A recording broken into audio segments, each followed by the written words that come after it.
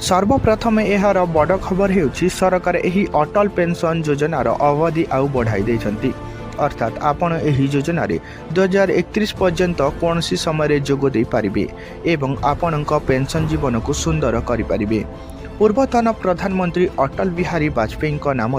9 मे 2015 रे आरंभ होइतिबा एही योजना गरीब श्रेणी श्रमिक असंगठित क्षेत्र में काम करथिबा लोक बा कौनसी विवाहित दंपति तथा 18 रु 40 वर्ष बयसर जेकोसी व्यक्ति एही योजना रे सामिल होई पारिबो। एही योजना को संक्षिप्त भाव में बुझाकू गले जेमिति गोटे सरकारी कर्मचारी को तार चाकरी शेष होगा पर तार अवसर समय जीवन पर सरकार पेंशन सुविधा देथांती, ठीक सेहीपरि जो व्यक्ति माने श्रमिक गरीब एवं कौनसी संगठित कार्यालय रे कार्य करुनथांती तेबे से माने चाहिए एही अटल पेंशन योजना रे सामिल होई बहुत कम टंका पैठ करी 60 वर्ष पर सरकारी कर्मचारी परी हजार हजार टंका पेंशन पाई पारिबे।